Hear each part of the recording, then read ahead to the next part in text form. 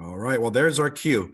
Good morning, buenos dias, ciao boisan, to all my friends here from Orange County. My name is Ismael Ish Herrera, and I am the member of the California Forward team who has the privilege of being with you this morning to help facilitate the discussion with all of you. I've been following this work very closely and supporting behind the scenes with the great team at OCBC and many of the partners that are on here today.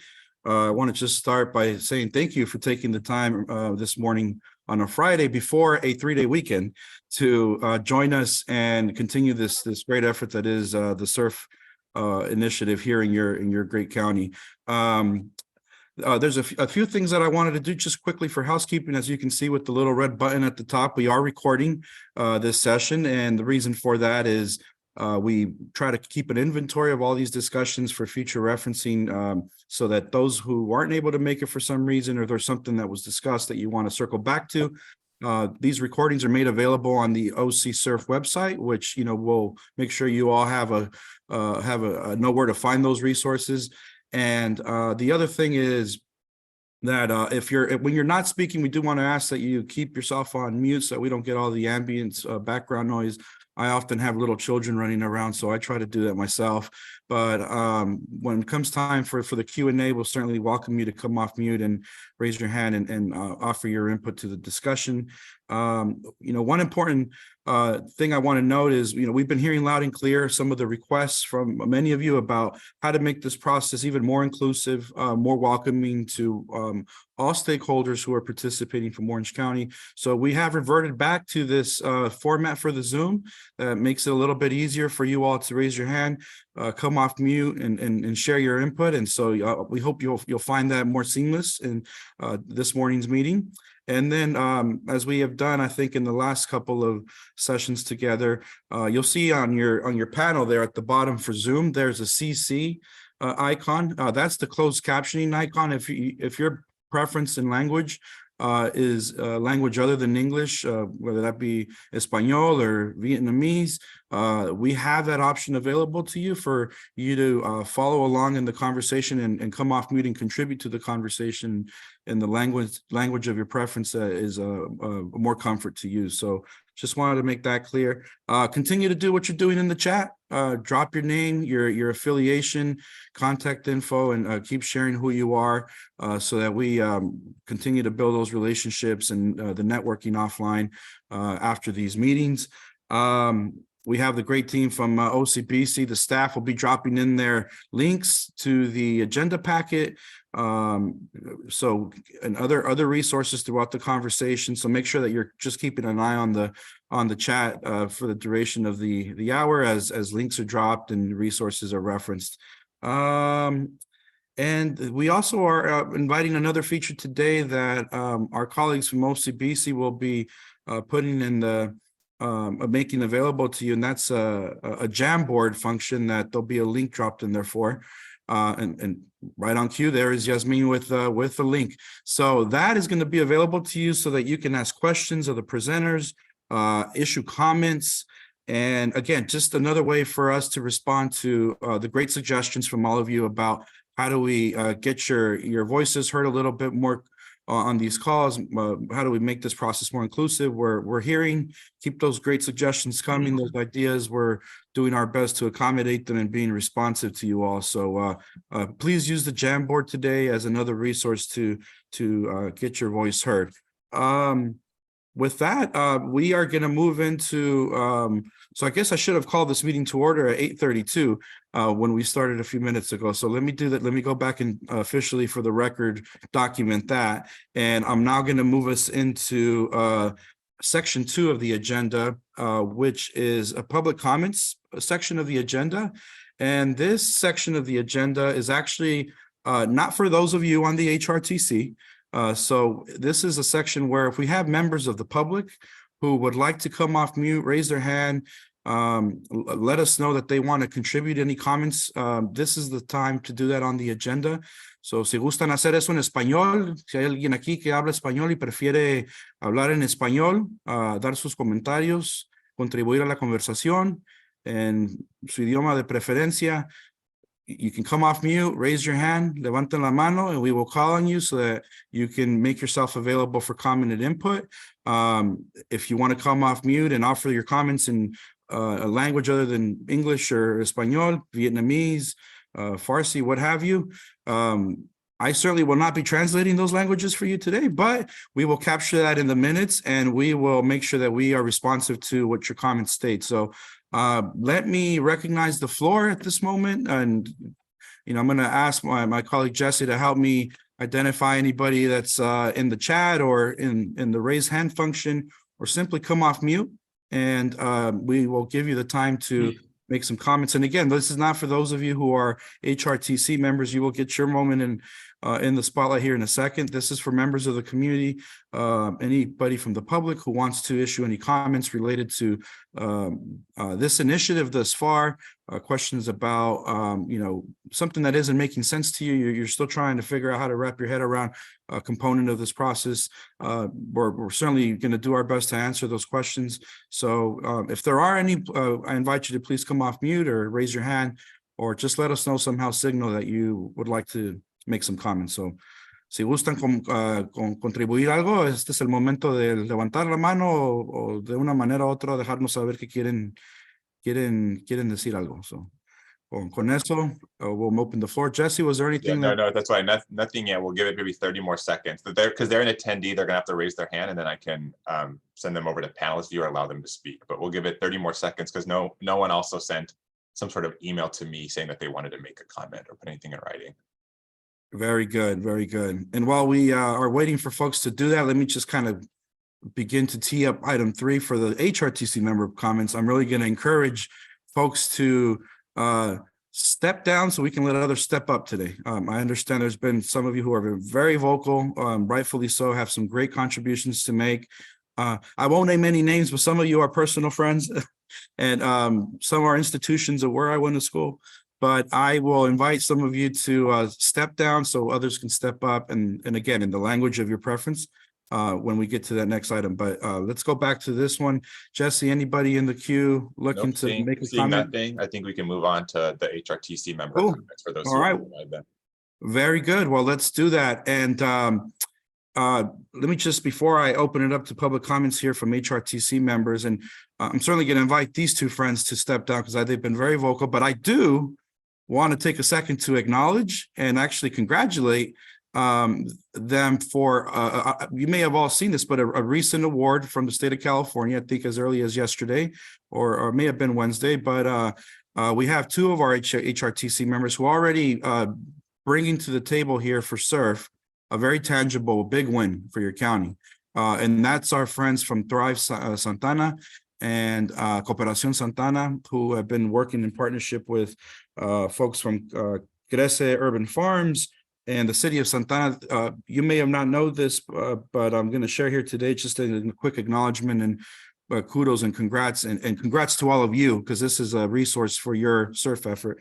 But $3.8 million will be coming to Orange County for work that's being done around urban farming in your county. So just want to say congratulations to Ana Ursua. Yeah, please join me in a round of applause, virtual or off mute.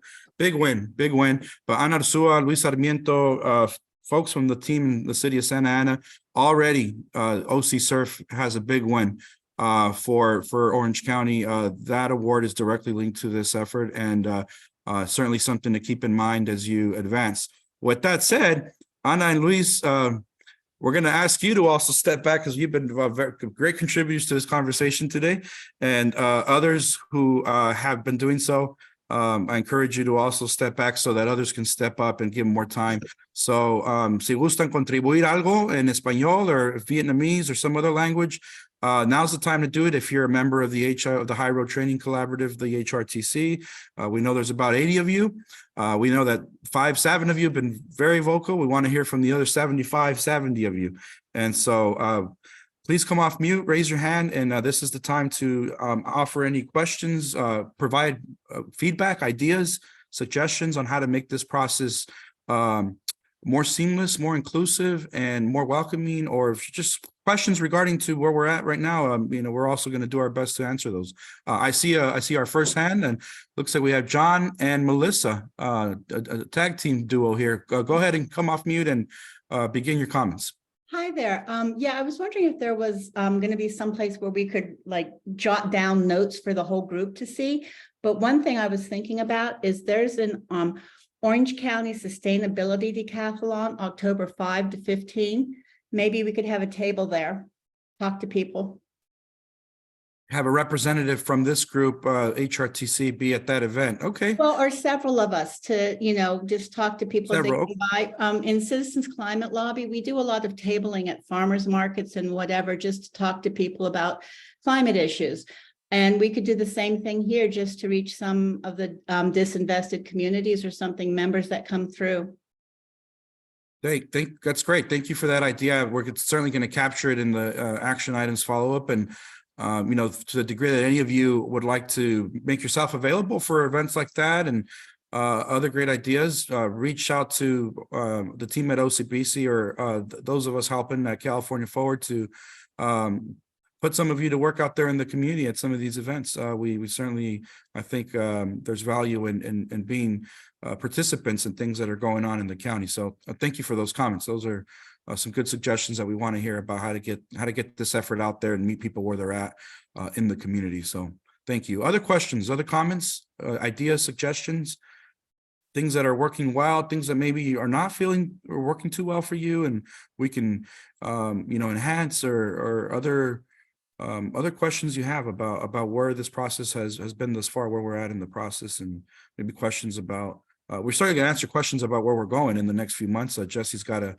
bunch of updates on the agenda, which we'll get to, and we'll talk about that timeline. And Dr. Walrod and others will provide some feedback later today on the research that they've been diligently conducting and encourage your input. But other questions related to where we're at thus far? No, I see a couple heads shaking no, and then I see a hand. Great, Maida, Community Foundation. The floor is yours. Good morning. No question, just wanted to take an opportunity to invite folks to a convening that we'll be having on June 22nd at 3 p.m. virtual over Zoom. I'll share a little bit. I serve as Donor and Community Engagement Officer at the Orange County Community Foundation, and one of the programs I work on is the Workforce Development Initiative. It's a granting program, as well as we have a quarterly convening component for information sharing and just learning from one another in the workforce space. There are quite a few of you that are already connected, but wanted to take an opportunity to invite anyone else who would like to join. Again, it's a virtual convening on the 22nd. We're really looking forward to seeing how the Workforce Development Initiative granting can align with the SURF efforts that will be coming up. So please feel free to reach out if you're interested in staying connected or learning more. At our convening coming up, we're going to be hearing from Hope Builders, CLO, the SBDC, and First Five on a joint childcare effort, and then learning a little bit more about Store One, which is a new project coming to Anaheim. So I'll drop my information in the chat for anyone that's interested, and thank you so much for the time. Great, thank you. That's certainly this is a platform to do exactly those type of things, is to share those events that are going on in the community, for you all to support each other, have your presence at each other's events, network, speak to folks and your stakeholders about this initiative and what you're doing with them, why it's important to the county. So we have a couple more. Thank you, Myra. We have a couple more minutes for any other comments or questions.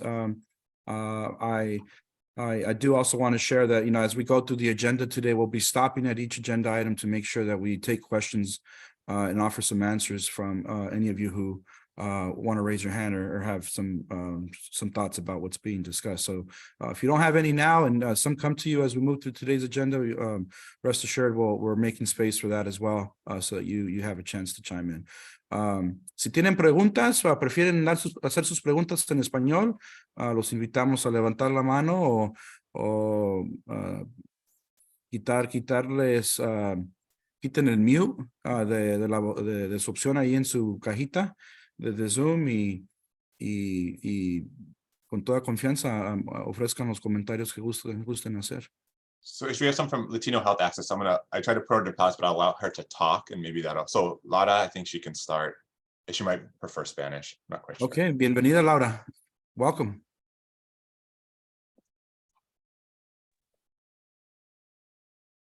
All right, well, it looks like we got Laura on the way. Laura, ¿nos oyes? ¿Se escuchas?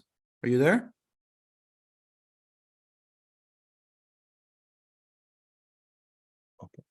Okay, well, Laura, if you're having any technical difficulties, okay, I see in the chat now, tu micrófono no está funcionando, your microphone's not working, so but no worries, we can't get you in the queue now. We certainly will make sure that we can get to you during the rest of the hour. So no te preocupes, te vamos a dar la oportunidad de comentar en otra porción de la agenda si ahorita no te está funcionando el micrófono. So we'll get back to you before we're done here. I asked politely for some of you to step down so others can step up. I'm going to come back to those of you who I politely requested that from. If you have something to offer, I certainly want to make space for you as well. Given that we don't have any other comments, it looks like, Jesse, from people on the call. So folks who haven't spoken, who want to say something, anything you want to add? I will share that we're in the process of trying to see if we can schedule some time in upcoming meetings with you all to have Ana and Luis and others give a brief presentation on this recent award to your county. So I know we just kind of referenced it in passing today, but we're being thoughtful about trying to give you all more context on what exactly those resources will be supporting in Orange County. But since I've called you by name, Ana, Luis, anything you want to share? Folks from UC Irvine or folks from Unite here, anybody else?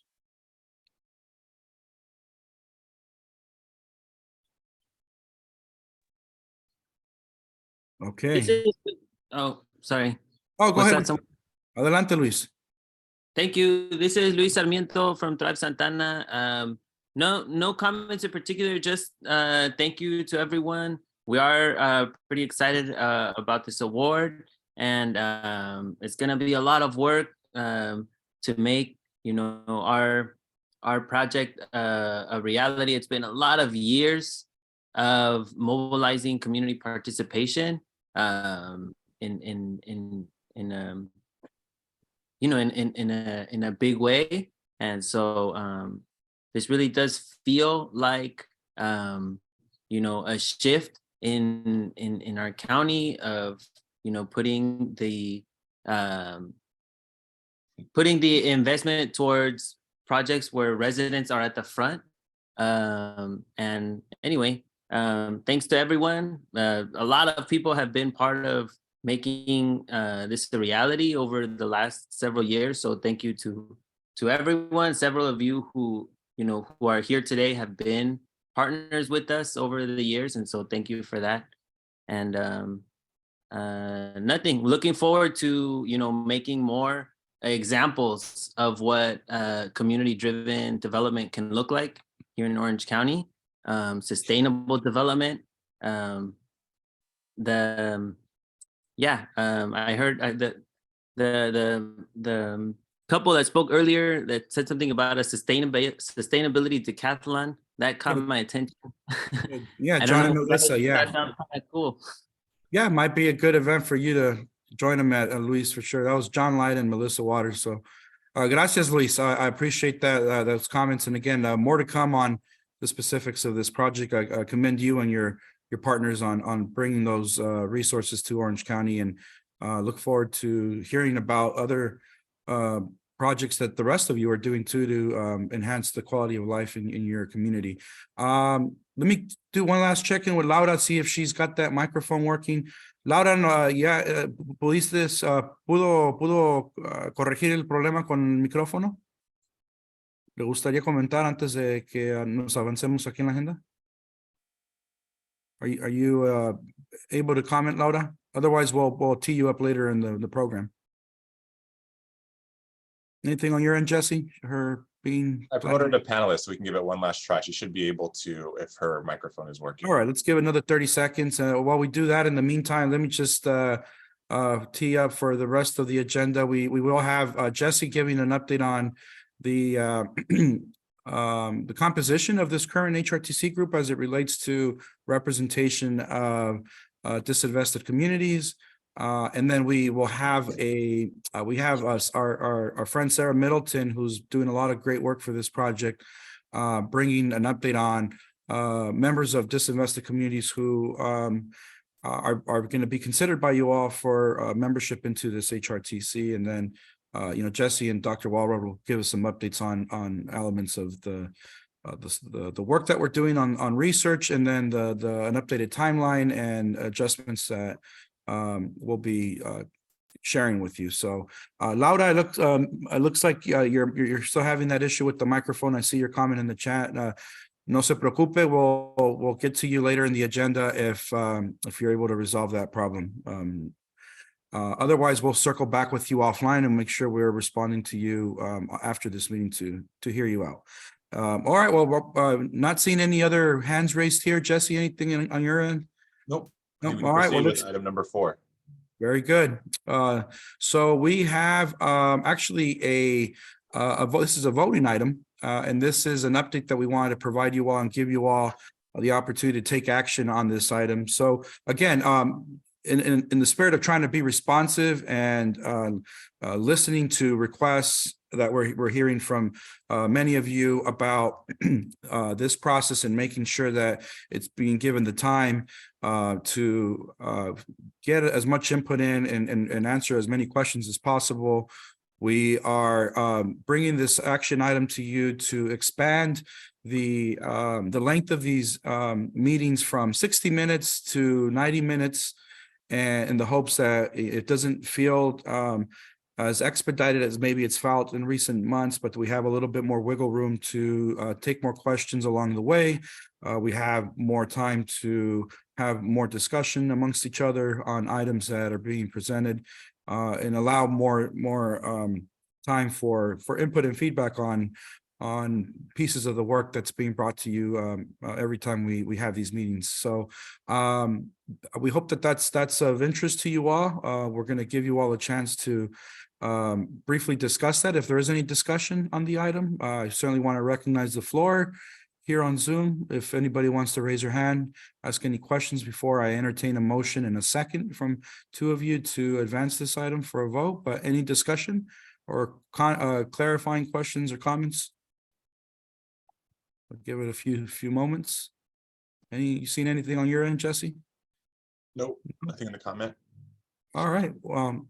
Well, if that's the case, I will ask for someone to make a motion, and we will recognize someone seconding the motion so that we can advance with a vote on expanding the time of these meetings from 60 minutes, which is the current allotment, to 90. Is there I'll a move motion? it, Doug Mangione. Okay, Doug Mangione, is there a second? Thank you, Doug. Second on the floor for me. Kathy Boyd will second. Kathy Boyd, we have a motion and a second. All right, great. What we'll do here, is there any opposition to the motion? Otherwise, I'll just take a consensus from the group. But if there is opposition, come off mute, raise your hand. We'll hear you out. Any opposition to the motion? All right, well, I'm going to take the lead of the little thumbs up I just saw on screen.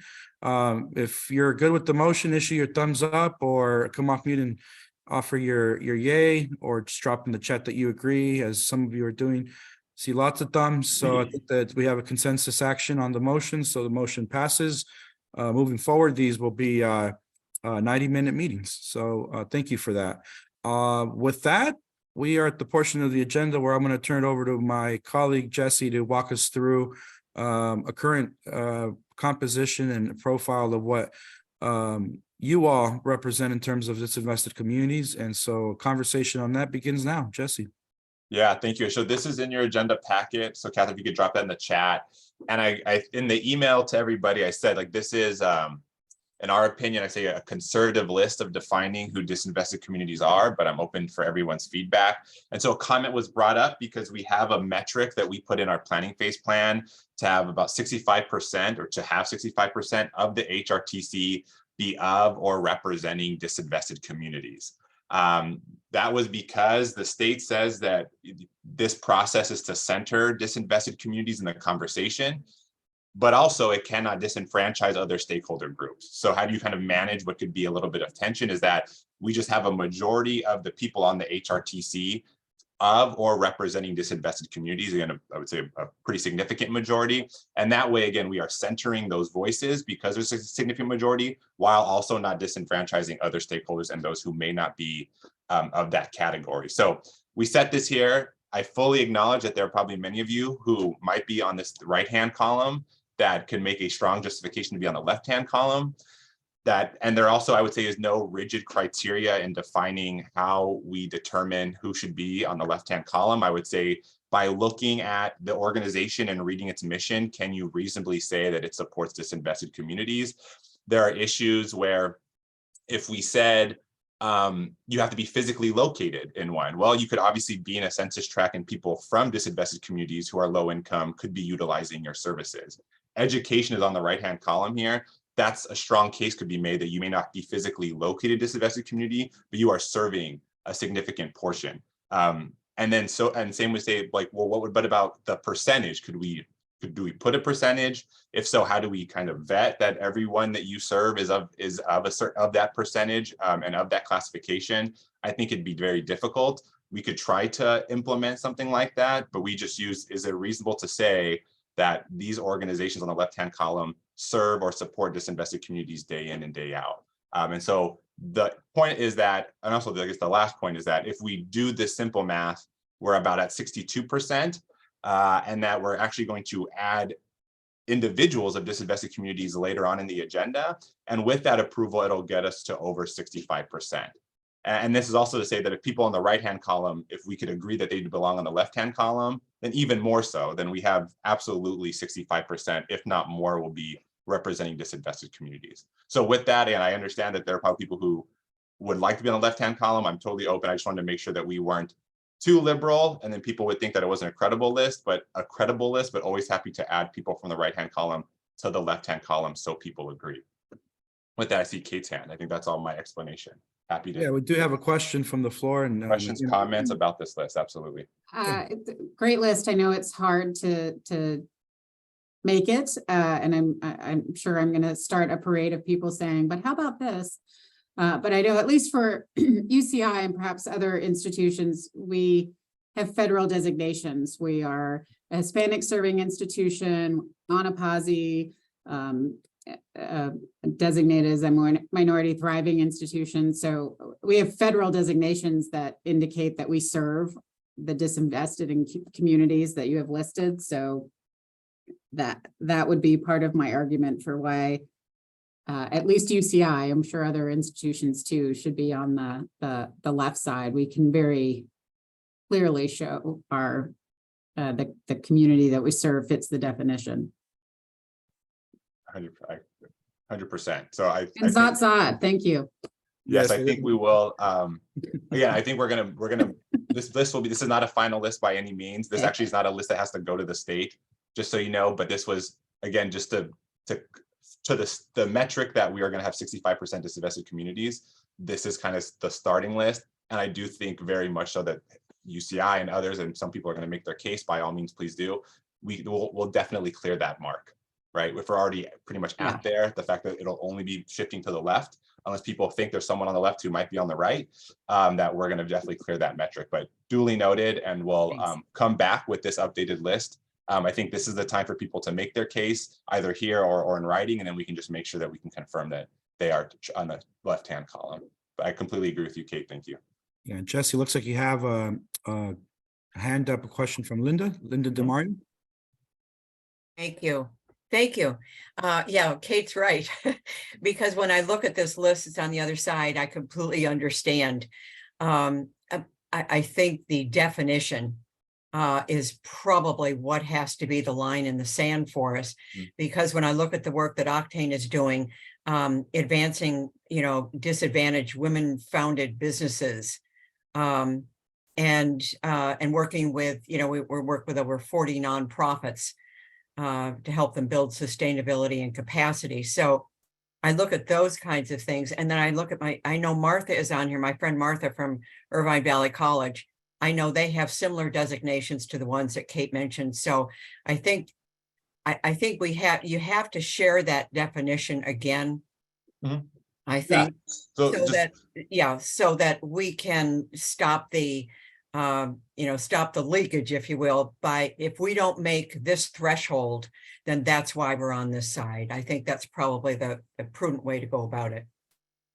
yeah, so I would say that the definitions will just consist of serving residents in those community tracts, like per that map, which is, I believe, like the number is of like a family for like about below like $100,000. There's also the census tracts from the Cal EPA's definition. So if we kind of look to that map, it's really just if you service those residents in some capacity. And you could say, or labor is very much when we talk about job quality, right? They are making sure that people either they are still supporting those residents or individuals because they're union members, or they're pushing to make sure that they're above some of those income levels. They're kind of to the cause of supporting disinvested communities. So we would just say like that's, I guess, the definition. We're using the state's definition.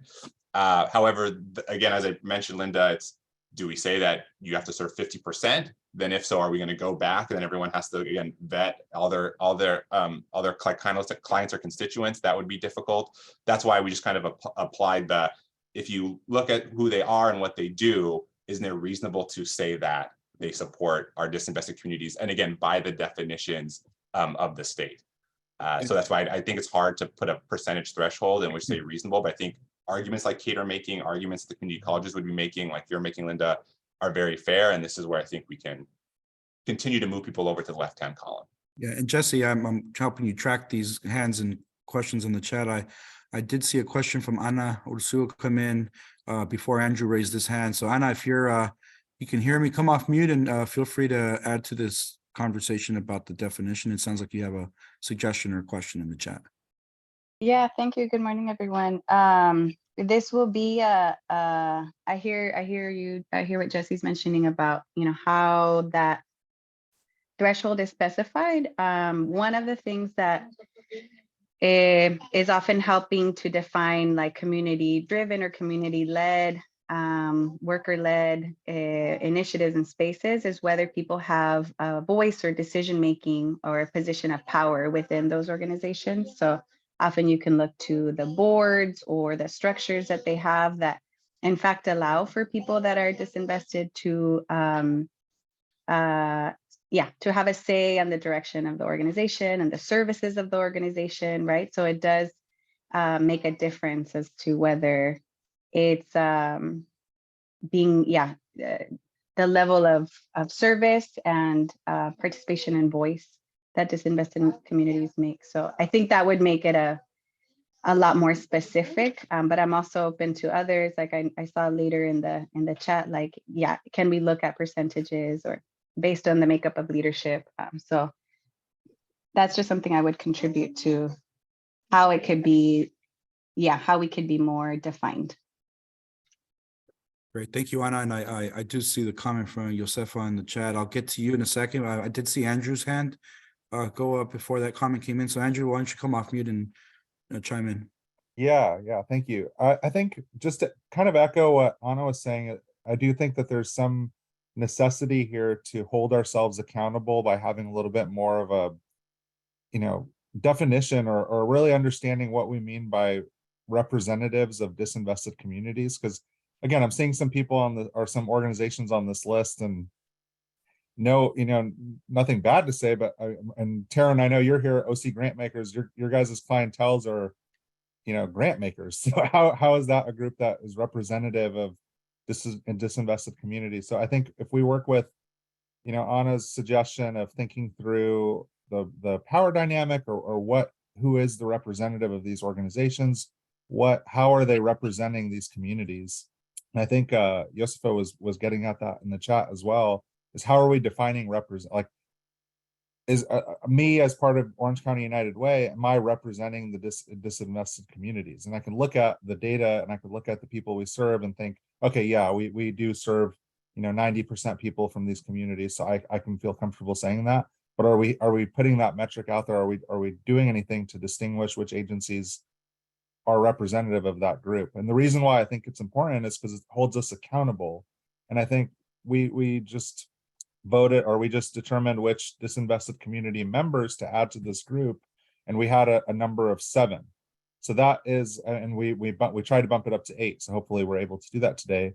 But if we saw that this number was really low on the left column, we could make an argument for why we need to add more community members to this panel to make it, to have that higher percentage of disinvested community representation. So I think it's important that we make this list accurate. Great. Thank you for your input, Andrew. Jesse, anything? I would just say that, I mean, we welcome definitions to then review with the HRTC.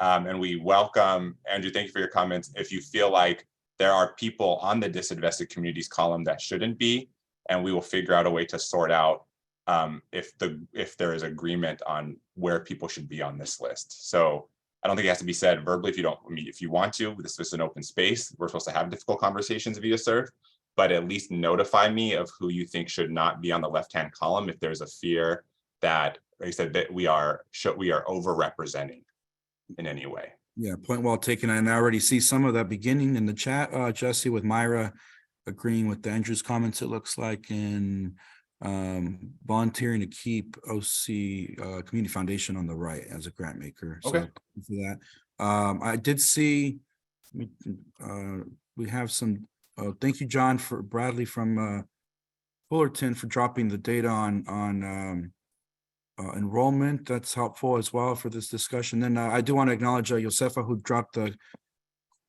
some questions in the chat, and I think they've been referenced here. So let me turn to you, Josefa, for any further input you want to give. Yeah, I think everything's been said. Obviously, we're pointing out an issue, and I'm trying to come with thoughts on a solution. And the only thing I can reference, because this is quite a lot of players to try to qualify based on multiple metrics. And the closest thing I can come to is, during the pandemic, in the micro lending space, a lot of folks wanted to give grants to underserved, BIPOC led, right? And so there's only so many metrics you can use, and ultimately a lot of it just we need to identify like 1 or 2 versus like 5 or 6. And one way that I had seen it done is basically the makeup of leadership, right? Like either the board or the organizational leadership. And albeit that has holes in it as well, right? Because you could be serving, the population that you're intending to serve and not have the leadership that represents that. So there's a lot of holes in it, but I do think that having multiple metrics might make it difficult for us to qualify and and make it clean. So I think trying to identify a few that are encompassing of what we're trying to accomplish. And to me, I think what we're trying to accomplish is simple, just making sure that our disinvested communities are being fully represented and at the table. So how you do that, I think that's a tougher nut to crack. So I don't have any solutions, but that's just some thoughts. No, I think you offered some good potential resources to look at and suggestions. So appreciate that input. I think it was helpful. I'm going to pause and see if anyone else wants to come off mute or raise their hand on this issue. I think it's good. This will be there'll be some continuity to this discussion and this issue moving forward. I do welcome those of you who have ideas on how to create some clear definitions around this these metrics to circle back after today's meeting to either Jesse or I to hear what thoughts you have about it and how we can narrow it down a little bit to make the list as accurate as possible. I see a hand from Alexis Hernandez. Alexis, you want to come off mute? Hi, yeah, this is Lexi Hernandez with Climate Action Campaign. I just wanted to share a couple of things. So For both us and Sunrise, we were put into like the non-disinvested community representatives. And we both are organizations that are focused on climate. However, I know like for us personally, a majority of our work kind of across the county is specifically in cities and communities where there are environmental justice communities, and it's working with them, advocating for them. And that kind of drives a lot of the work that we do and why we do it. And then for Sunrise as well, they're another climate organization where I think if you were to just look at the website, you might not, get the full breadth of what they actually do in Orange County. But the Orange County chapter is very focused on disinvested communities with where their membership is and what communities they're actually serving. So I think, depending on how we decided on kind of those designations in the first place, might not be representative of the work they're actually doing in this county, especially if they work in multiple counties. Great. Thank you, Alexis, for that additional perspective of, service area. I think that we'll certainly take that into consideration as well. Well, this has been very helpful, Jesse. I hope you found that feedback to be constructive and informative for the thinking around refreshing this list. So again, I welcome those of you who have further ideas or suggestions on how to refine the collective understanding around who belongs on the left column, who belongs on the right, to circle back with Jesse after today's meeting to continue to be a resource to him as he's working on doing this work on all our behalf. So thank you. All right, well, Jesse, unless you have any other questions or comments or requests. No, just, yeah, please, for those who could send, any comments in writing, we can try to craft some definition in a future meeting.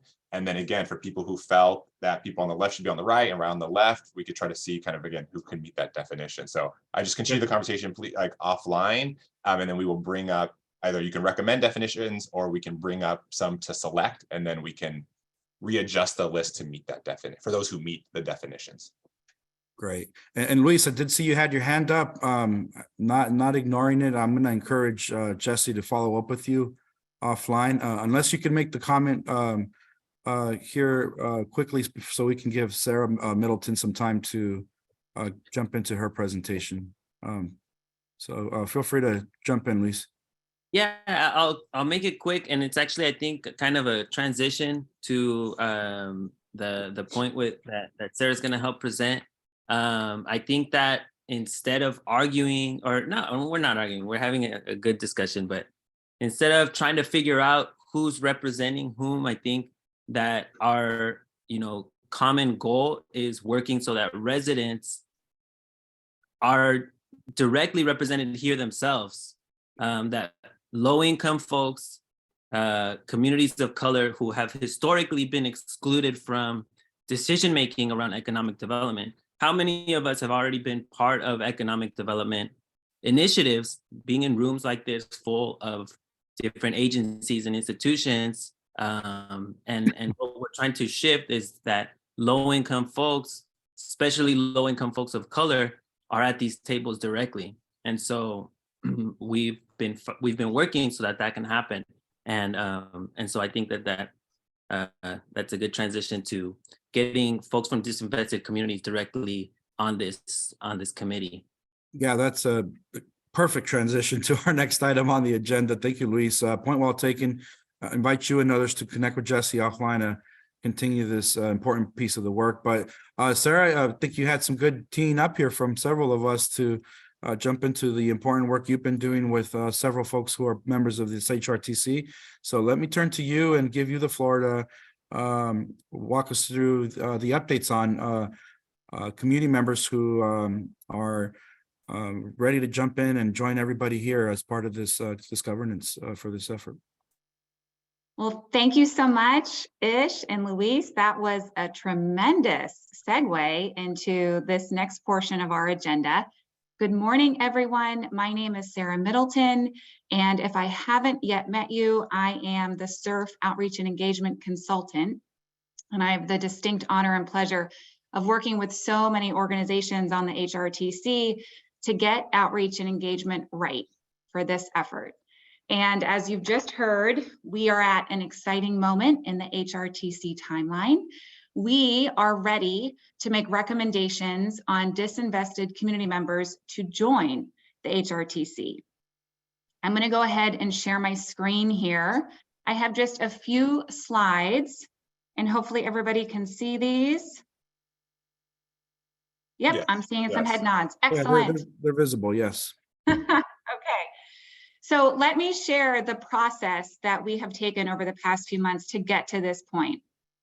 Let me start by saying we wanted to take time and care to make sure that we did this right. And I feel very good about the process that we have embarked on. So we began in May, and I want to give a shout out to the organizations you see listed on this slide. I extended an invitation to 10 plus organizations back in March to say, would you like to be part of this conversation about adding disinvested community members to the HRTC? These 6 that you see here accepted, and so they have been working double time to have these conversations, have these discussions, get our application in a good place, talk about the score sheet and review process, and here we are. So you have a sense of the timeline. In March, we began work on the application and kept refining it to make sure that we were asking appropriate questions and getting the information we wanted. In April, we met, we finalized the application. We did a lot of work on the score sheet to again make sure that we were going to be evaluating these applications appropriately. And then in May, we opened the application window. And so an email went out to 23 of you, those of you who we knew touched disinvested communities. You all received an email from me containing the application. We had the application in English over Google form, and then we also had the application translated into Spanish and Vietnamese. So that email went out on May 1, and I know it spread far and wide, further than I had ever anticipated, which is a wonderful thing to have happen. Applications were due May 17th. And from there, the group of 6 organizations, again, that you see here listed on your slide, we worked together to review the applications and score them. We received 59 applications. So truth be told, I was thinking, gee, if we get 20, we're in great shape. So I was just wowed that we received close to 60 applications. It was really a tremendous effort, and huge thanks to all of you for putting out the word. We had decided we weren't going to advertise this on the OCBC SURF website, that really we kind of wanted this to just go to our HRTC members who were applicable and see what happened. I'm not going to go through all of the text on this slide. You have it in your meeting packet, but just know we had 9 pieces of grading criteria that our review committee considered when reviewing applications. So where did we land? Well, we are recommending that we vote 8 disinvested community members onto the HRTC this morning. And let me give you an overview of who we are recommending. Of the 59, we decided that given the diverse population in Orange County and given the makeup of those applicants, we wanted to onboard 3 members from the Latinx community, 2 members from the API community, 2 members from the Black and African American community, and 1 member from the MENA, Middle East North African community. So our 3 Latinx individuals, they are coming from Anaheim, Santa Ana, San Juan Capistrano. We've got different ages, we've got different work environments, we've got different household incomes. Their preferred language for all of them is Spanish. 2 female, 1 male. From our API community, we have 2 individuals, 1 from Santa Ana, 1 from Garden Grove, different ages. 1 isn't working at the moment, 1 is self-employed. So we have various household incomes. Preferred language for 1 is Khmer, the other is English, 1 female, 1 male. Our two Black individuals for recommendation, both are from Anaheim, different ages, different work environments. They both make the same household income. Preferred language is English. Both are female. Our MENA applicant currently resides in Fountain Valley, although that is not her permanent home. She is 18 to 24 age range, currently does not work, no income. Preferred language is English. You have the bios for all 8 of these individuals in your meeting packet. So you have their names, again, their corresponding home cities, and more information about them. We listed a 9th individual in that write-up, and that individual will be an alternate if one of our API individuals cannot join the HRTC. But I would say we feel fairly confident that all 8 are able to join. And so that would be this group's recommendation for the HRTC. We think these 8 individuals will be fabulous additions, will contribute a lot based on their lived experiences, will offer diverse perspectives, and will just be wonderful dialoguists for this HRTC. I'm going to go ahead and stop my share and see if there are any questions, and or Ish, turn it back to you. Thank you, Sarah. That was a very thorough presentation on the process, on the profile of the recommended candidates. Thank you to you and those of you who are putting in that extra time to volunteer with these additional elements of the work, very important pieces. So thank you, Sarah. Any questions, any comments from the rest of the HRTC regarding this agenda item? Any clarifying questions? Okay, I'm not seeing anything on mine. Jesse, anybody on your end? Nope. I think we can put a motion to approve. Very good. Is there a motion on the floor for approval? And I will entertain a second as well. Yes, we'll move to move. Okay, it looks like I saw Josefa come in with the motion, and Elizabeth Andrade, was that a second? That's a second. Yes, thank you. Great, thank you both. All right. Any opposition to this motion? Otherwise, we'll do as we did with the first item. We'll entertain the thumbs up, either live or virtually, as a vote for yes and consensus. Okay.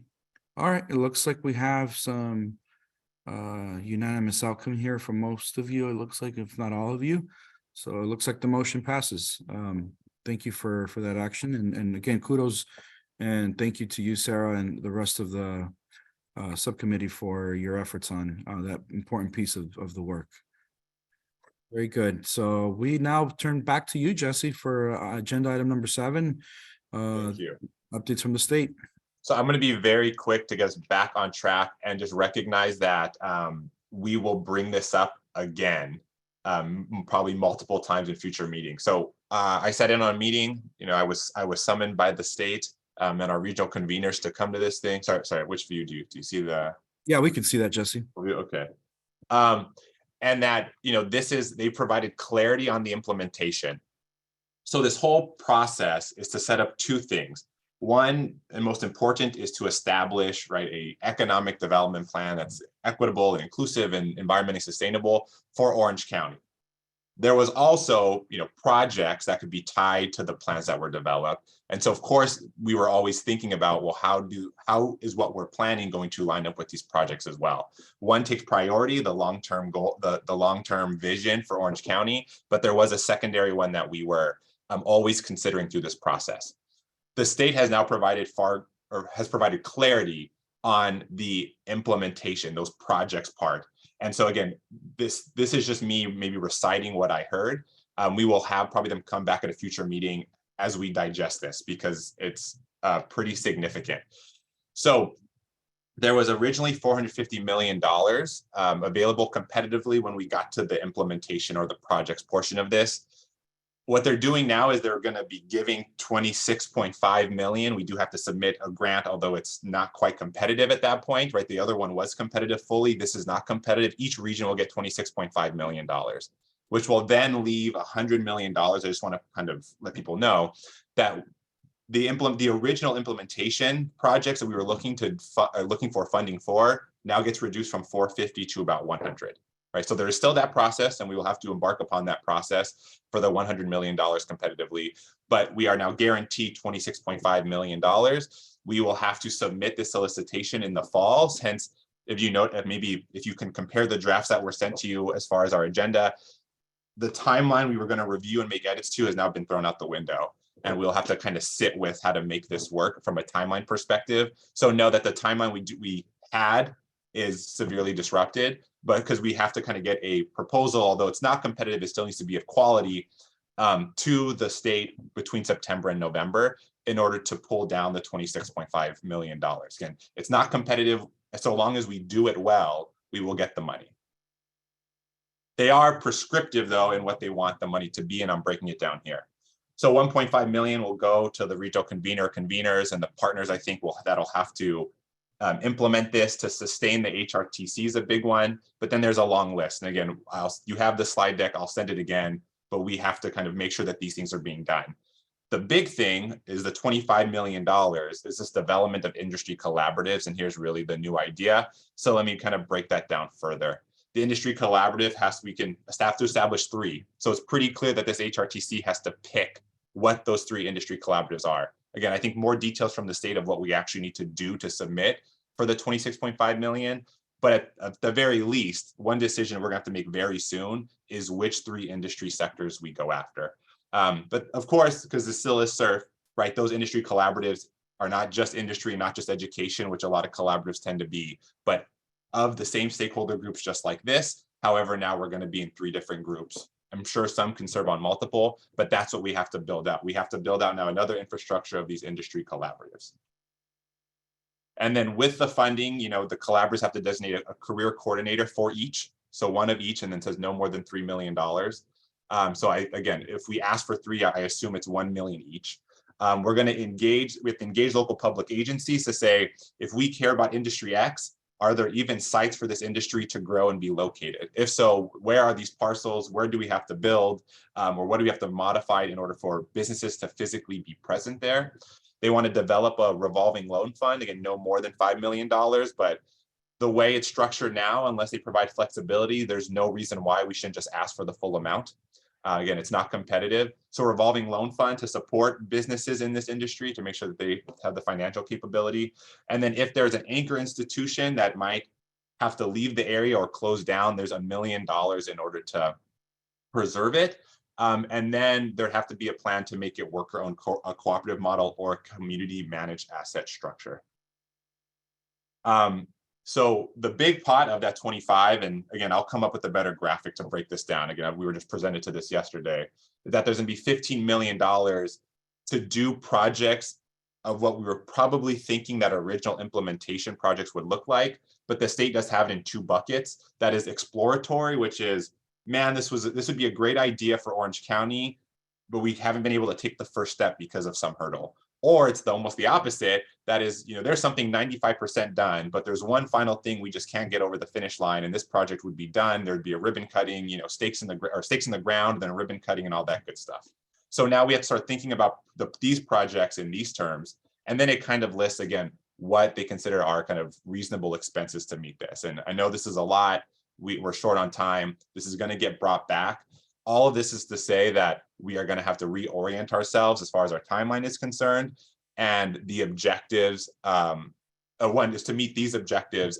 And then we still have to do the other stuff, which is what we've already been doing, which is the plan, which is the data, then the strategies. And then there is $100 million for implementation that'll look like the pilot project grant. And that's where we'll probably have Anna and Luis, because they won that grant, so they're a good representative of what projects need to look like to win that other $100 million. Again, I know this is a lot to dump on you. We're going to bring it back, but just know that I just wanted to orient you now that we're going to have to think about how to accomplish this in our timelines that we didn't think this was a requirement. Now we do have this extra set of requirements to hit in our timelines, and that we have to make sure that we're prepared and draft that thing by pretty much the fall. So know that we have to probably shift a lot of things back in order to make sure we're getting this to get the maximum 26.5 million. I would say if you have comments in the chat, I would probably utilize that. I don't have very much questions. This is what I was just presented on. I think the state still needs to finalize this. It's going to go to public comment. So that'll probably be something that we'll probably collectively try to do together. But just because they haven't finalized it doesn't mean that this isn't going to be the expectation. I know that they're not going to move very far from this. They may make slight modifications, but it's not like they're going to scrap it.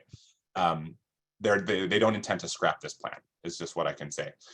So with that, I'll kind of stop share. Again, if there are comments, probably make them and or email me. Look through the slides, but we will have the state present this more thoroughly for us to understand how we're going to wrap our arms around this as a group. But for the sake of time, I think we should just move on and then get to the presentations or the research presentations. Thank you, Jesse. Yeah, please follow up with Jesse. There are a lot of moving pieces here. So as Jesse referenced, we'll make time on future agendas to provide more updates and more clarity on helping you understand this updated timeline. So without further ado, Dr. Walrod, let's turn it to you. Thank you. I am going to be even quicker than Jesse, I think, because we want to get to the research presentations. Just want to remind you of the research approach we presented last night. This is what we've been operating under, and Tony from the HRTC suggested we always show a slide before the research presentations, that there's multiple times that the group will be reviewing, starting with PowerPoints, then written narrative. So we love your feedback. And then we do have a data portal that we've stood up, which we'll have a demo on. The other thing, and here we go. Just a little note about where we're at. We've had presentations on all the things on the already presented side. You're going to hear 3 presentations today, and then the stakeholder mapping will be presented at the June meeting. So with that, I'm going to turn it back over to Ish so we can get to a demo of the data portal that we've stood up. Let me start. Thank you, Dr. Walrod. I'm going to pass it on to our friend Brian McNamara, who's going to offer that walkthrough of the current version of the portal. Hey, everybody. Let me share my screen real quick. Welcome, Brian. Thank you. Happy to be here. And it looks like, yeah, we could see your screen. So Coming jump through. right in. Perfect. All right. Well, good morning, everybody. My name is Brian McNamara.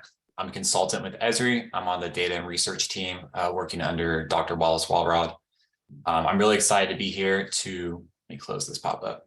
There we go. To demo the Open Data Portal website that we've been working on over the last few weeks. This website is really supplemental to the existing project website. So you'll see a brief about me section or who are we section. But the main focus of this is to provide the data that we're using in an open and transparent way and make it accessible to all the members, stakeholders, and the public throughout this project. This website's design, has 4 main sections, and we'll be reviewing those today. Those are a brief who are we section, spotlight maps and apps, a data section, and then additional resources. You may recognize a few links and headers from some previous presentations people have made over the last few HRTC meetings. This website, I like to think of it as a hub or a home base for all things data and data storytelling, data dashboards that have been shared previously. So a lot of links are intertwined, but these get them all in one spot for people to easily use and see. All right, I want to jump right in and start scrolling on through. Once I'm done with the demo, I'll drop the URL in the chat so everybody has it. All right, the first section, like I said, just about me, the who are we section. I can read it there, but it's everything we've been talking about the last couple of weeks. And then the next section, the spotlight maps and apps or applications. Here, we really call attention to the most recent applications that have been shared or most relevant to the entire group. So I mentioned this is a supplemental website. You'll see a link here to the main project website from OCDC. So if you need to get back to it, it's right there. Just have all these links in one spot. You'll recognize or may recognize these 2 links right here, the equity inclusiveness in Orange County, as well as the disinvested communities web map and story map. that have been previously shared. So really calling attention to what's been shown the most recently to get that, up and center and in front of everybody. There is a lot of additional data as well, but we want to always try and get like the top 3 or 4 things at the very top, because that is probably, top of mind for the most people. All right, I'm going to keep scrolling on down. And here we have the data by category section. There's a lot of data sets, and instead of just listing them all, it can be a little overwhelming. There's 8 categories that each data has been divided into: public health, COVID-19, climate and environment. The others are listed there. I will say that some of them are overlapping. So we're going to look at one example talking about heat health. So that's both, climate and environment related, as extreme heat becomes a more predominant issue, but it's also a health issue as well. So that's what we're going to jump in first, and only demo a little bit on the data side. So whatever data set you're trying to find or interested in, you can just click this link. The image will take you right. You give it a second to load. There we go. It'll pop up with all the public health and health related data sets, or data links, as we should say, going to such as the previous COVID dashboard. I mentioned the heat health because that one pops up right on top. So there'll be 20 data sets here. I'm just going to click on the first one as an example.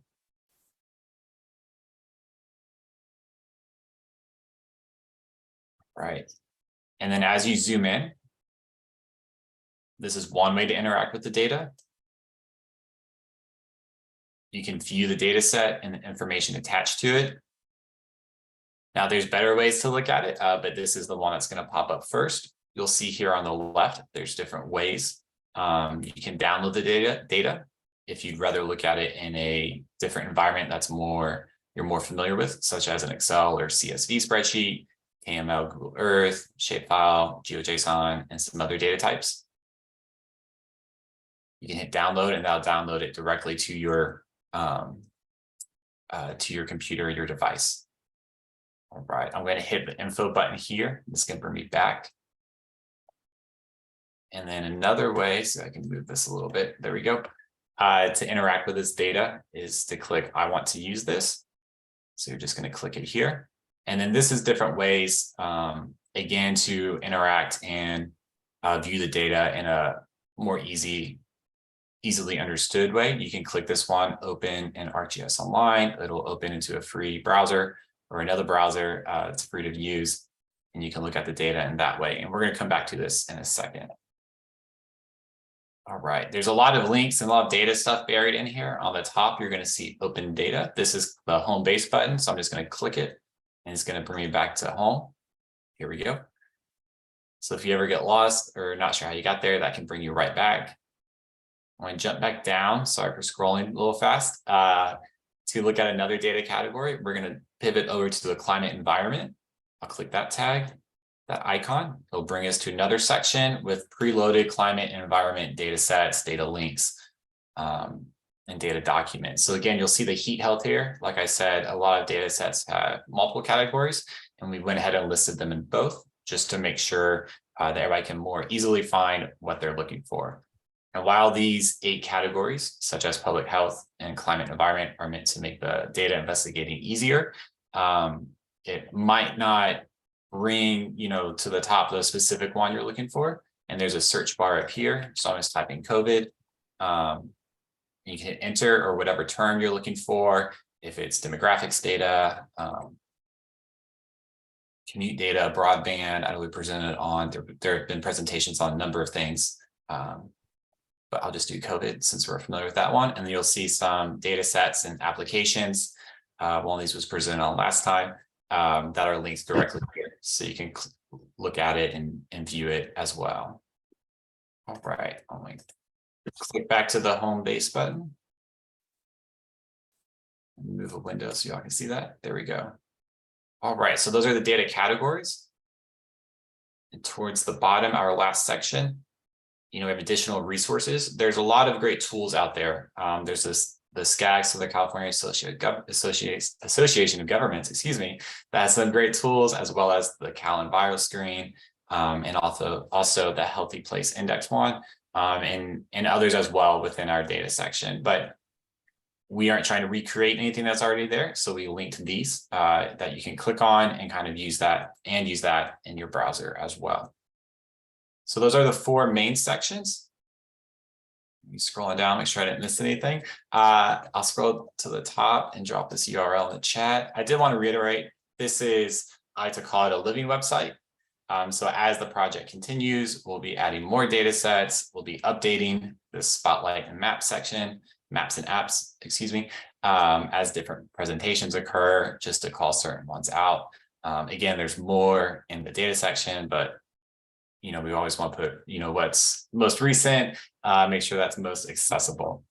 All right, and then, yeah, that's all I have for y'all. I'll drop this link in the chat, and happy to answer any questions that we have when we have time, or if we have time, and however y'all want to do that. Jesse and Ish, thank you. Yeah, thank you, Brian. Yeah, we are encouraging everyone to drop, as they're doing already, questions in the chat, and we are capturing that with the Jamboard to make sure that we're being responsive to your input. I do apologize. I am trying to help us get back on track with the schedule, and so I take responsibility for getting us a little behind. But let's move on to our next speaker, who is Alex Reed. So talk to us about the sustainability, environmental justice portion of the data. Keep the questions coming in chat. Dr. Walrod is doing his best to answer, and those that we don't, we'll get back to you after today's meeting. Alex, the floor is yours. Thank you, Ishmael. I am just going to pretty speedily run through the presentation we've put together for you on unequal pollution. In addition to some heat and information that we've excluded from this, we'll be providing it in a separate format, just because it didn't really fit into the narrative of this particular presentation, which I will drop the link to in just after I've gone through this. So we decided to look mainly at vulnerability, air quality, and pollution sources with regards to air quality, and then those health and economic impacts. With this map, you'll be able to see a few things, specifically talking about like the terrain of Orange County and how that impacts heat and air quality for its residents. Orange County is in somewhat of a basin thanks to these great mountains. And because of that, a lot of the pollution things that we'll be looking at in this presentation have a tendency to cluster in the densely populated areas away from the high mountain ridges. And we've just set it up here so that you can see specifically with regards to heat vulnerability. My button has stopped working. You can toggle this map on and off so that you can see the terrain with all of these cases. On this particular slide, blue areas have less heat. I'm sorry, the color changed as well. Darker blue areas have higher heat vulnerability than the lower areas. I'll talk about a little bit later on. This has a lot to do with development in the area, as well as ozone clusters, so on and so forth. When we talk about air quality, we wanted to use tree canopy as a foundation for the research. Tree canopy has a lot of impact on temperature, on general air quality, and then water as well. You can see in Orange County, the majority of the tree canopy is centered around outside of these less developed areas, around the mountains, around the parks. And then as you get to the more populated areas in the center, especially the areas where our disinvested communities are clustered, there is little to no tree canopy, this having a lot to do with high rates of impervious surfaces. Again, impervious surfaces are areas that are generally concreted or tarred over, or they have buildings or things like that that prevent water from getting into the ground. This lessens the amount of green spaces in those areas. It causes flooding and other environmental hazards during rain events and storm events. And it also contributes to the formation of urban heat islands. We've not mapped urban heat islands specifically because we're looking to do it over a course of time. So look forward to that in a supplemental piece of information that comes out later. In addition to that, because of the combination of higher development in the central area and the terrain in Orange County, the particulate matter has a tendency to cluster towards the upper outer edge of Orange County. The wind, as well as the terrain, keeps it all packed up into this tight upper corner. Specifically talking about like the impact on the neighborhoods that have lower income housing, especially in that Anaheim area. And this really leaves those communities at exposure for higher risk of chronic diseases such as asthma, diabetes, cancer, so on and so forth, which I'll talk about when we get to health impacts. Specifically with regards to pollution sources in Orange County, due to the high traffic volume in this central area, as you can see, there are many major highways that go through and centralize around the Anaheim Garden Grove area. There is a large diesel volume per day in the Orange County area. Again, similar to our particulate matter, we see that it clusters around these densely populated, away from the mountains, away from the water sort of areas.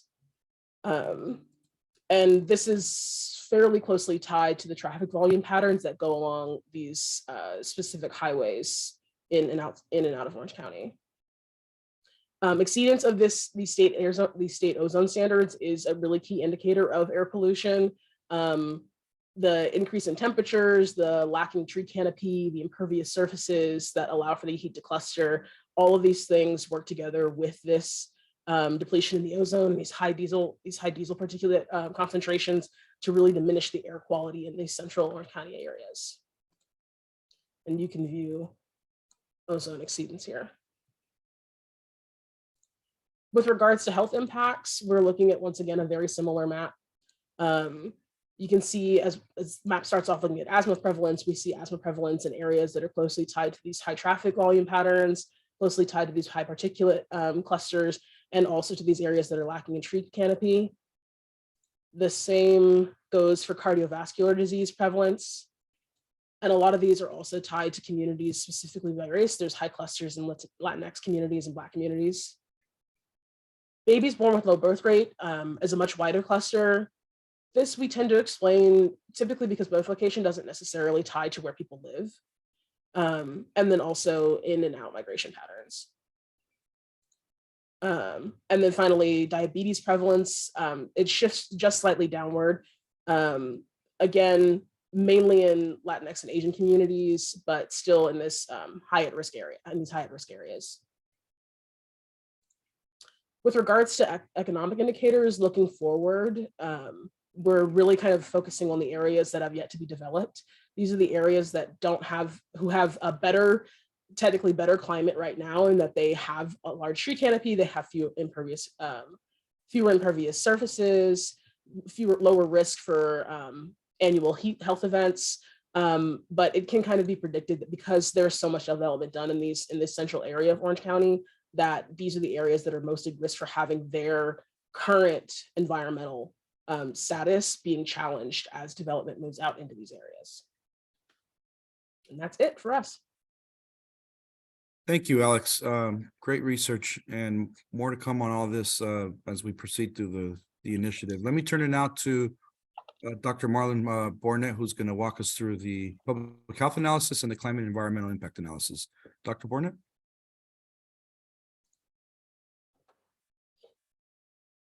And it looks like we have the presentation on the screen. We can all see it. So the floor is yours. Yeah. So you all are able to see the presentation. And as I go through this, oftentimes I am not able to see chat comments. And so let me just give you a heads up. If a question comes up, Ismail or Jesse or Wallace, feel free to interrupt me if I am not paying attention to a question that I should be. Let me go through kind of, first of all, climate and health impact analysis, and then I'll go through a little bit on health. Let me give you a little bit of background. The key message here is that the physical access to resources is not a good measure of actual access to resources. And I'm going to start with some maps of where the jobs are in Orange County and how well people can get to jobs. And in fact, let me start with that. If you look at by census tracts, the number of jobs within 1 mile, what you see is that the highest number of jobs within 1 mile is the census tract that is basically near John Airport, the Irvine Business Council, Some of our disinvested communities near Santa Ana, Anaheim, a little bit of Garden Grove are not that bad off. If you look at jobs within 5 miles, the community of Santa Ana looks pretty good because they are close physically to job centers. And if you look at jobs within 10 miles, that almost falls almost in the geographic midpoint of the disinvested communities. And so one theme to keep an eye on is that your physical access is not a measure of your actual access. We know that these communities are disinvested. They lack both good access to jobs. And actually one thing to remember is that this access to jobs proxies access to a whole range of resources. This is not just can you get to places to work? Places where jobs are educational centers, locations of healthcare, locations of shopping, locations of entertainment. So when we ask how many jobs are near you, that's a pretty good proxy to all kinds of activities of daily living that you could reach. So this is a pattern that has come up in many, many urban areas, that if you look at the disinvested communities, they are close to these opportunities. But that does not mean that people have access. And let me begin to play around with what access would look like by car versus by transit to try to make that point. What I'm showing you are the transit lines in Orange County. And the right side indicates in red those transit lines that have headways at less than 10 minutes at 8 a.m. on a weekday. So, and these are buses. The bus would come every 10 minutes, and the blue is greater than that. And so again, kind of the central North County area is not looking that bad compared to the rest of the county, but let's keep moving forward. What I want to do is to show you what we call an isochrone. How far could you reach in 30 or 45 or 60 minutes from a starting location that is in downtown Santa Ana, where that little pin drop point is. And the dark purple are locations you could reach by driving at 8 a.m. under traffic conditions within 30 minutes. And if you've got a car and you're standing at that point and or starting at that point in downtown Santa Ana, you can reach all very large parts of the county in a 30-minute morning rush hour drive. And if you jump out to 45 minutes, you are almost reaching the entire county. Let's take a look at what that would look like if you were traveling by bus. Same starting point. Dark purple is how far you can get in 30 minutes. The mid shading is 45 minutes. Let me show you that again. Your car access starting from downtown Santa Ana, your transit access. I think you're seeing the difference, right? This is, I think, one of the key accessibility issues. Nationwide, about 8% of households don't have access to a vehicle. In Orange County, it looks like that average is around 4%. In the disinvested communities, around 6%. For those individuals who are in households without vehicle access, or maybe there's also a larger group of households without good, robust vehicle access. Maybe one car, maybe there's 4 family members, one person takes the car, what do the other 3 do? There's this pretty big reliance in basically your scope of movement from car to transit. What that translates into in terms of job access, the number of jobs accessible within 30 minutes from that downtown Santa Ana range, and that, or no, these are census tracts in general, and that I misspoke. In the top quintile of job access for census tracts, we're looking at census tracts where you can get to 152,000 to 183,000 jobs within a 30-minute car trip. Number of jobs within a 30-minute transit trip, that top quintile comes in at about 3,000 to 18,000. We are looking at like 1/10 or less of the job access by transit. Let me do one more thing. The transit access assumed that you would walk to and from a bus station at walk speed, 3 miles per hour.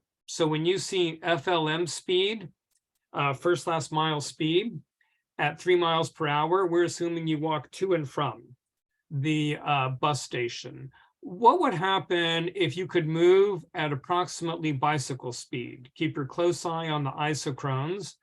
This is what the travel distance looks like if you could move to and from the bus stations at 10 miles per hour. This keeps the bus network as it is. It does nothing but say you go from walking, station access and egress, to basically something that looks like bicycle, station access egress. Is this really a bicycle? Not necessarily. It's anything that could get you to or from a station at an average of 10 miles an hour. Maybe that's a bicycle, maybe it's a scooter, maybe it's a lightly motorized device. Some communities actually use golf carts or things such as that. Maybe it's a local circulator shuttle that could move at that speed. So the point is, you can actually, let me show you the job access increase. Look at that middle row. If you took that 40 to 60% percentile with walk speed, bus station access and egress, in the middle, you can access on average about 900 to 2,000 jobs. If we just change that bus stop access speed, we're going to 5,000 to 8,900 jobs. This isn't getting us close to car access, but this is a big increase. What we have found in other communities is that just moving people back and forth to bus stops from about bicycle speed increases access to jobs by more than almost anything you can do with the transit network. Meaning in LA County, we've modeled, what if you took the entire network and moved it to a 10-minute headway countywide, which would be wildly expensive. That access increase does not look as strong or as high as if you just said, what if we move people back and forth to bus stops at about bicycle speed? Let me kind of pause because I want to kind of wrap this up. I know we're hitting the end. I'm going to skip a few slides. This is a percent of zero vehicle households. It does tend to cluster in the North Central County areas where the disinvested communities are. So think of this as really quite important for those households who do not have vehicle access. I kind of summarize here, and I'm assuming these slides will be made available to the groups. They can go through and view the slides. I want to shift a little bit to give the same kind of juxtaposition over some of what you saw on health. And so some of this you've already seen. It's just different maps, not quite as well. So let me move past this. The central and orange areas have higher temperatures, lower tree canopy, larger amounts of impervious surface, which you had already seen. Let me get to a couple of other highlights. Some of this overlaps a bit, but where there's lower life expectancy in red in some of the disadvantaged communities. By the way, these gaps are on the order of 10 years of life from low to high. This is a big gap. Percentage of low birth weight, births higher in the disinvested communities. Asthma incidences, emergency room asthma visits, pretty striking. They almost overlap exactly on the disinvested communities. Obesity percentages higher, particulate concentrations higher. Now let me come back to this. How close are you physically to healthcare? If you just total up the number of healthcare facilities, the disinvested communities actually are closer to healthcare communities than the non-disinvested communities. And so again, I want to juxtapose physical access doesn't really tell you about access. If you look at the percent of uninsured individuals, the disinvested communities, we have an average of 12.76% of persons are uninsured versus 5.5% in the non-disinvested communities. So again, these are communities that are actually physically closer to healthcare facilities, but given the lack of insurance and the high incidence of health problems, it's very clear don't really have access to the healthcare system. And let me kind of pause on that. I had an addendum which actually shows just some income breakdown. And let me pause on that though and kind of end because I know that we are right at time. Great, thank you, Dr. Bornett. And yeah, these materials will be available on the OC Surf website, and the recording on the YouTube channel that is available for OC Surfs. I welcome the questions to continue dropping in chat, but let me turn it to Dr. Walrod to get us through the finish line on this research portion of the agenda with the SWOT analysis update. Thanks, Ish. I'm going to be very, very brief because I want to stick to our 10 o'clock as much as possible. Thanks for your patience of going over maybe a couple extra minutes, but I just want to give you the background. And then we'd love on this to get your feedback. Email Jesse or myself, or put it in the chat. This was included in the packet, just the background and how we came up with these. So we started as a basis, and this is just the very first draft of the SWOT analysis. We started with the current Orange County Comprehensive Economic Development Strategy, which is still in effect. It's from 2019 to 2023 as its sort of timeline. It was approved by the federal government, by the EDA. So I started there, and we dropped out a few. We took the most pertinent parts that were pertinent to what we're talking about in SURF. And that's where the state and their guidelines tells us to start, is with the current economic development planning document, which is the SEDS that's currently still in effect. And then we added in key takeaways from each of the research presentations, obviously not today's yet. We will add those in, but each of the presentations, I asked the presenter to give their 3 biggest takeaways from the presentation. And that's what filled out the rest. And I just want to make one more point, and then I'll turn it back over to Ish. You see, a couple slides on each, but you'll see on each of the strength, weakness, opportunities, and threats, I have a slide that says more, more, more. And that's where we want to be very inclusive to in our SWOT analysis, to really consider all the HRTC's input for strengths, weaknesses, opportunities, and threats. So that's my ask of you, is to send us your thoughts on that, and we will incorporate that and get that back to you at the next HRTC meeting. So with that, Ish, I'll turn it back over to you. Great, thank you, Dr. Walrod, and apologies again for the abbreviated presentations. We are a few minutes over, but I do appreciate you all hanging on the extra time. I just dropped in the chat along with Jesse's resources, links to the OC Surf website and the YouTube channel where these materials will be available to you after today's meeting. And again, circle back with us offline via email. Give us a call if we can help answer questions, and we'll get back to you all. Drop questions in the chat if your questions weren't answered.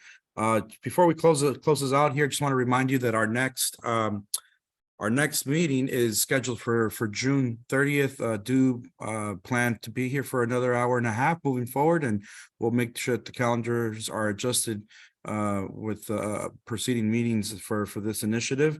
We will be looking at updated timeline, a scope of work, as Jesse mentioned, with the new guidance from the state, and part of that will include the earlier iterations of the first part of the regional plan. And if you haven't done so already, also please complete your stakeholder mapping survey. Encourage others to do so as well. We will be presenting some of the findings at our next meeting related to that survey. So please do so at your earliest convenience. With that, I want to close this here 5 minutes over 10. Appreciate the extra time. Thank you to all our guest speakers.